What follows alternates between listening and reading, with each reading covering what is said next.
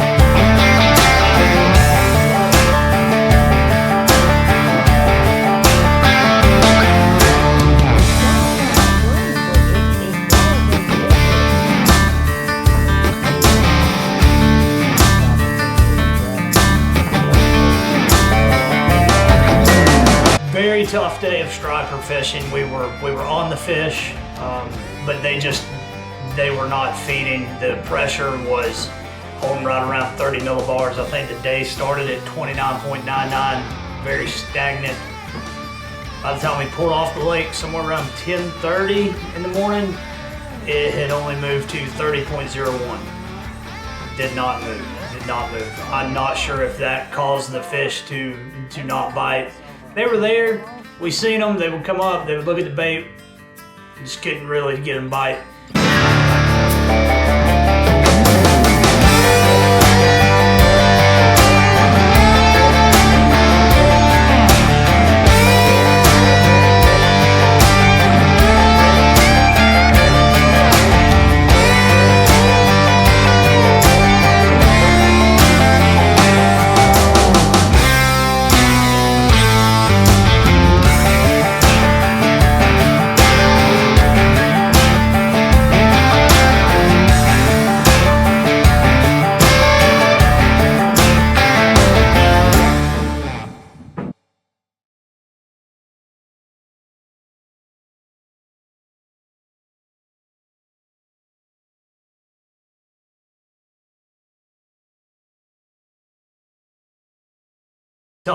Tough day.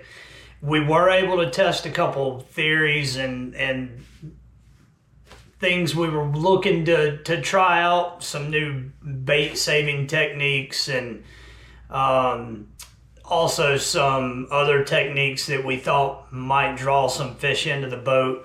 The day was so tough that I can't, it's gonna take several times of trying that theory. We also tried to get on some bigger fish too, you know. All right, so now we're going to transition to the bow fishing adventure, which was the big adventure of the weekend. Me and Tim went into this thing with absolutely no idea on what we may be getting into. We're huge bow hunters and we love to fish. We just never put the two together. I wish Tim was here to kind of break this down with me, but I'm going to speak for myself and not for Tim, but I think he will largely agree with me. It was a very humbling experience. Very humbling experience. Don't ever let anybody tell you bow fishing's easy, because it's not.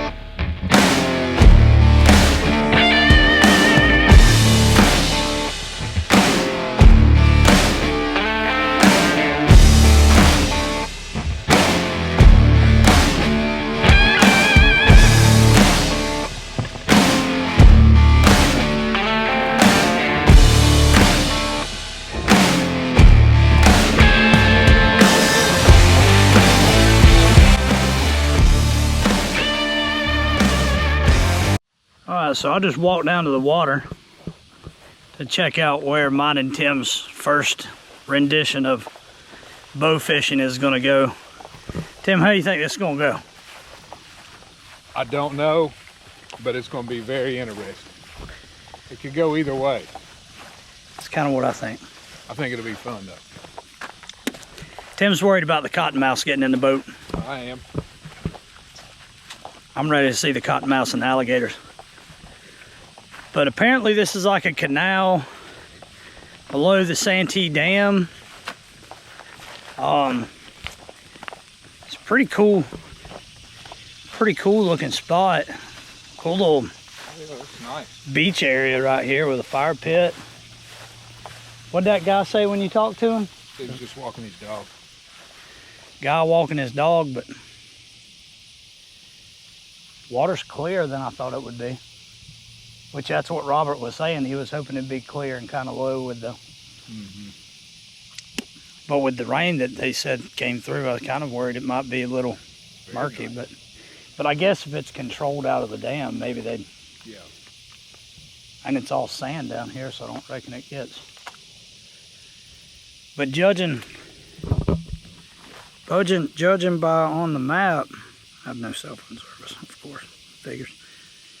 It's all right. That's the way I like it. But the confluence of the Santee River, I can see it now that I walk up a little bit. The confluence of the Santee River is right down there. Okay.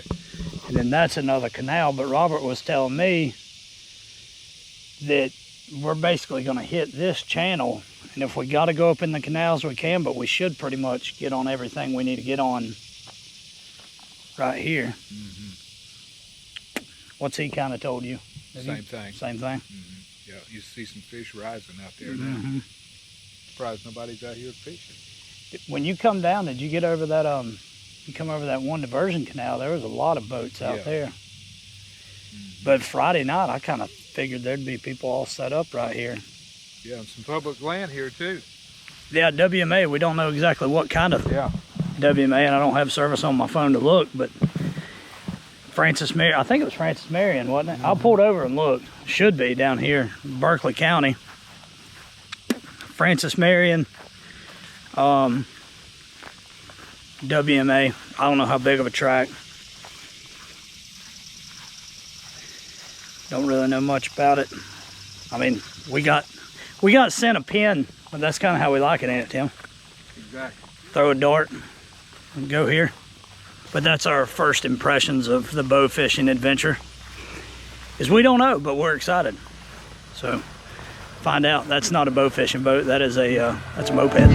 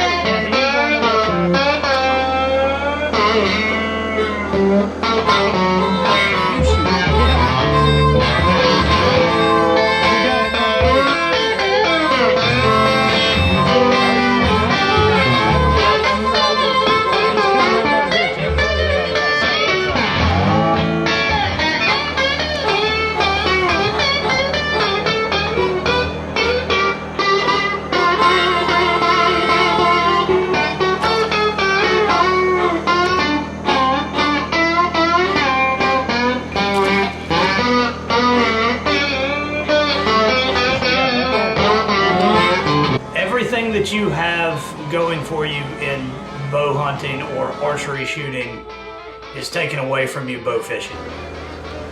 Archery, you're daylight for the most part, unless maybe you're pig hunting at night. But you got daylight, stable shot that you're controlling your breathing. You got let off if you're shooting a compound. You've got a animal or target that is either stationary or slow moving. And usually a sturdy, stable shooting platform. None of which applies in bow fishing. The only thing that applies in bow fishing is you draw a string back to let an arrow go. So in bow fishing, you're doing it at night. Those fish are moving. They come into your line of sight very quickly because obviously it's in a range of light. You have to judge the water depth. You have to judge the plane that the arrow may divert in the water, so you can see the fish and it may be too far of a shot. There's just a lot of challenges with it. So it was a lot of fun. I cannot wait to go back. I'm gonna be saving my pennies to try and buy me my own bow. But much tougher than I expected. Here.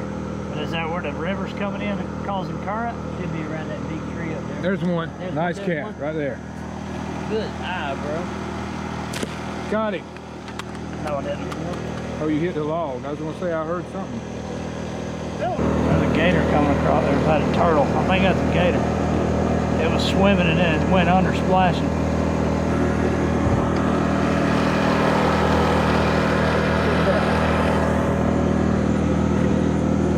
That's an alligator. Yeah, It big is. gator. Big I gator. seen it, yeah. Did you get it on video? Just the tail. Big gator. Big gator, Jeff. Hey, don't worry, his eyes were closed. Yeah, that's right. If you've never been bow fishing, but you have a friend who has a boat with lights for bow fishing, I highly suggest you go with them. Just hang out with them, because the abundance of life that you see from that perspective in that water will blow your mind. We saw, I can't even count how many different varieties of fish. The bass that would just sit there and chill out. Catfish, obviously, that was really what we were targeting for. Gar, carp, we seen shrimp under the water, and we were in fresh water. We seen shrimp. There's a clip in here. I caught a little blue crab in the Santee River. In the Santee River, blue crab in fresh water. So it's incredible to get out and just see everything that's in that water and doing what wildlife does. We did see several gators. I think we ended up seeing 3 of them, one of which we went right over top of with the boat, and he just kind of moseyed on and did his thing. So they stay pretty calm. One thing I did notice, and Robert obviously kind of pointed it out to me, and then once I started paying attention to it, it was very obvious that these fish become pressured, just like deer or turkey or anything else, and they get accustomed to being shot at by bow fishermen. And when they see that boat coming up with those lights, they will just get on the outskirt of that light and they'll kind of swim, or maybe they might dart off into the deeper water, but for the most part they'll just kind of swim shallow just on the outskirt of those lights where you can see them but you can't get a shot on them. It was incredible to see how wildlife adapts to human pressure. So that was crazy. That was something that I never would have thought about, took into account. They got accustomed to, when the lights show up, you better get to moving, because arrows are going to be coming in that water. So I hope you guys enjoyed the video, and sorry the striper video it was a little shorter. If you really enjoy the striper videos, but the fish just were not cooperating this week. But the bow fishing was a total adventure. Anyway, guys, thank y'all. I appreciate you watching, and get out there, enjoy the outdoors, and enjoy the second life. Thank you.